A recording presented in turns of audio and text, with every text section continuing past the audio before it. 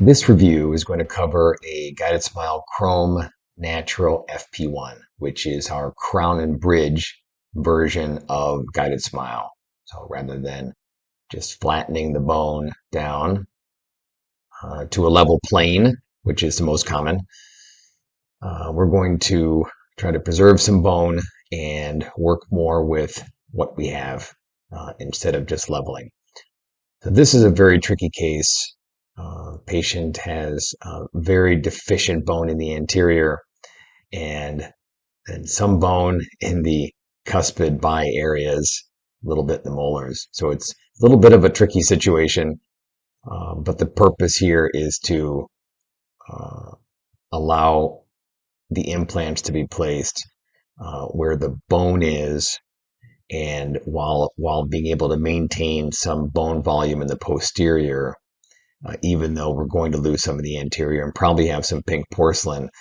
So this is more of a, think of it as more of a crown and bridge approach all in one day, which really is what an FP1 is, except it's just in a non-traditional way of doing a crown and bridge full arch in one day. So this was completed by our partners over in Ireland, Dr. Hamill. SurgiMat, we'll go through the SurgiMat as we're going through the case. So something we do on FP1s is we give some indication of where the bone is to be reduced.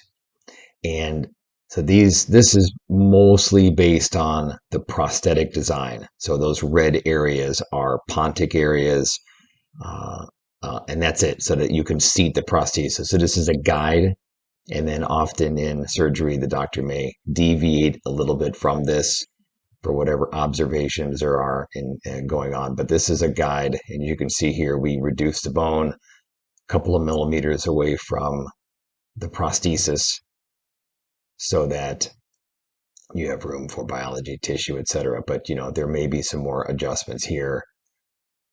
Could be more adjustments here facially. So just kind of have to see how it goes in surgery with extractions and so forth. But based on the models, that's how we set the case up. So you can see this is quite a challenging case, and really in the long run, you can see the implants are at different levels, right? So this is not really set up for a FP3 in the future, like some FP1s are, right? Because sometimes you still try to keep the heads of the implants even if possible, but this is more of work with what you have. All right, so let's go through the surgery. And the surgery in this is pretty typical, and so were the records. The records are very typical, right? Photos, CT scan, intraoral scans or casts, right? So that was a very typical workup. You can get that on our checklists. But a crestal incision we made here, and a labial flap will be developed, and just kind of go ahead here, forward a little bit, but just to show you how the flap was laid. All right, and just remember that here on the SurgiMat is where the pins will be identified. Okay, so here you have all short pins, and that way you'll know which ones you're using. All green, short. Try to tap them in all the way flush with the metal. And all the tissue is elevated apically to this fixation base. You don't want to drill through any tissue or pin through any tissue unless for some reason you need to. There are situations where you need to, but all the rest reflect, hold back with an instrument or two, and then pin. All right, you can see it's perfectly seated here in the windows. So it's a nice pinning job, very good. Okay, now we are ready for the next stage. So the fixation base is pinned, it's anchored, it's set. We have to go now to perform extractions, and we won't go through that whole process. That won't be news. But the teeth came out relatively atraumatically. I mean, just kind of go back and forth between these two images here. Obviously, it's kind of the scallop guide is covering the buccal labial plates here, but it looks pretty good. And then the doctor came in and evened some of this bone out, just like we put on the models with the Sharpie. And then doctor inserted the scallop guide and then performed a little bit of the scalloping. Okay, now some of that's already following where the CEJs were, but this guide can help. It's a fully wrapped guide. You can see here, this is even on the lingual to just idealize the entire roundness of that restoration. But most of the time, these are either just labial scallop guides, or the doctor is going to use the prosthesis, seating the prosthesis and using it to idealize bone reduction. Right. Now, if you do have a scallop guide, there will be some images of it here on the SurgiMat, just to kind of help orient, make sure it's in the right position, which it's going to be. It's going to clip into chrome locks. All right, so just a couple different viewpoints. Then once you're happy with bone reduction, and you can do a combination of prosthesis and scallop guide, you want to keep adjusting until the prosthesis sits passively before you move on.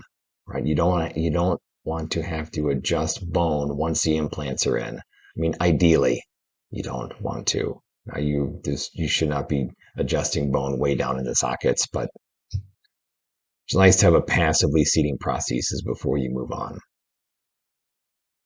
All right, the implants are in, multi-unit abutments, and here again, you can check on the SurgiMat right here.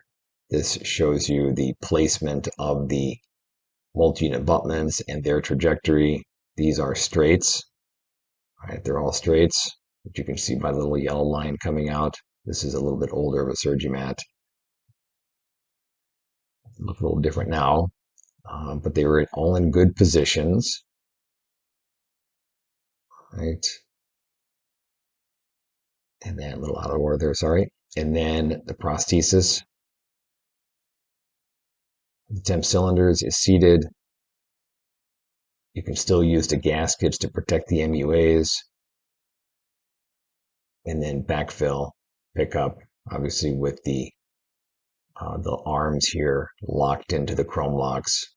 And now you are picking up the prosthesis in, the bite has already been established long before the case ever came to the office. The bite is established. So you don't pick up these cases in occlusion. You just pick them up with the patient open.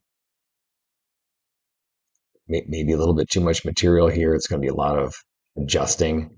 Probably really just want to add material down inside, just inside around the temp cylinders, so you don't have to have excessive adjustment. That implant was not picked up, but these are the rapids, so they can pick up that implant later, right? Months down the road, passively.